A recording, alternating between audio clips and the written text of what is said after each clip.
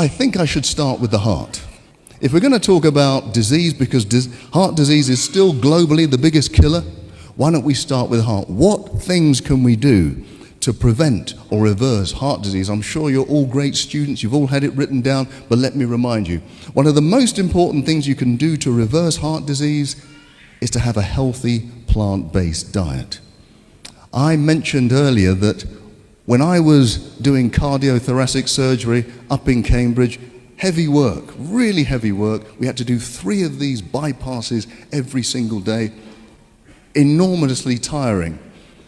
But what we had to do is open up somebody's chest, stop their heart, link it up to a big contraption, and then try and close them all up again. It was a big, big deal. The person would be in pain for months, they'd need rehabilitation, and then, at least if it was a successful operation, they'd be alive. But evidence has shown us from years ago that just by changing your diet into a healthy plant-based diet, no meat, no milk, no refined sugar, those arteries that were closing down can now open up. Now, for me, even today, I've been doing this for many, many years. It's still miraculous to me that you can reverse one of the biggest problems in the world in terms of health just by changing your diet. You can get rid of doctors like me and you can just replace it with a healthy diet. That is amazing, and I commend it to all of you. Some of you may have heart disease today.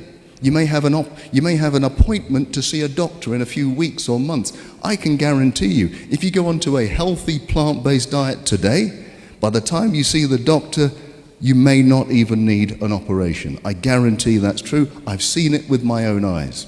So that's heart disease. What about high blood pressure? If I was to ask you, do you know somebody with high blood pressure? Everybody would say yes. It's such a prevalent disease. Now, what few tips have I given you to reverse high blood pressure?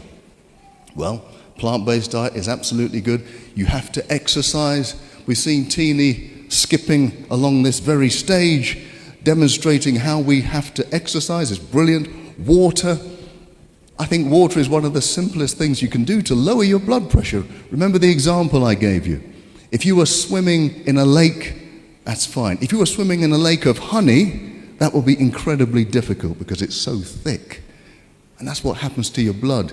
If you don't have enough water in it, it becomes incredibly thick. You then have to use a lot of energy to push that blood around the system. Therefore, your blood pressure has to rise. Here's something though, going on from the plant-based diet, we said that greens do something quite remarkable in our arteries. They get the interior of our arteries to release a chemical called nitric oxide. That nitric oxide opens up the arteries all over. I told you nitric oxide is the active ingredient of Viagra. Okay, I know none of you have heard of it, none of you need to use it, but I can tell you when it comes to things like erectile dysfunction, rather than reaching for the pill, the best thing to do is reach for those greens.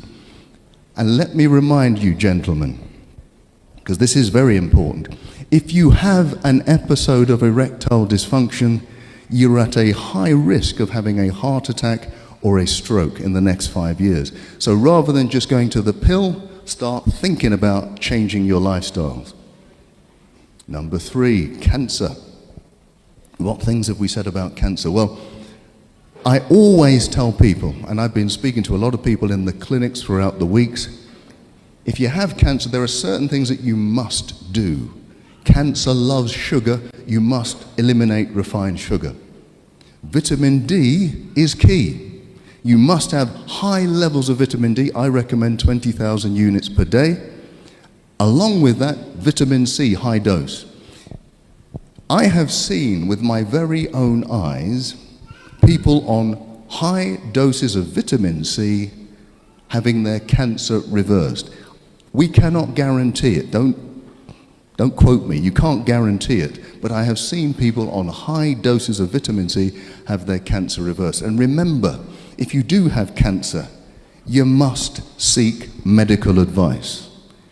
I told you earlier during the week that those people who just say, I just want to go the natural route, often they don't survive. What you must do is seek medical attention and do the lifestyle, and then you have the best possible chance of surviving cancer. Medical attention alone does something, but it doesn't do everything. I remember when I used to be in the hospitals, the doctors would treat you for cancer and then allow you to eat the same foods that would cause cancer. That doesn't make any sense. So hospital treatment is good, but match that with lifestyle change, you've got a great chance of getting through, honestly. Now, what else can you do for cancer? I always say you should spice up your life. Spice up your life. Spices are really the keys to a healthy lifestyle too. They're like nature's natural drugs. The more spices you have in your life, the better your cells are going to be. Turmeric, most of us have heard of turmeric. It's a powerful antioxidant. And if you take away the oxidation of your cells, it reduces the risk of cancer. Ginger is like it. It's also anti-inflammatory. Cinnamon is brilliant. Cinnamon, not only does it lower your blood sugar, which if you have low blood sugar, the cancer doesn't grow too well, but cinnamon is brilliant in terms of fighting off viruses. In fact, they discovered this over 100 years ago. The women who harvested the cinnamon bark never got measles, never got tuberculosis.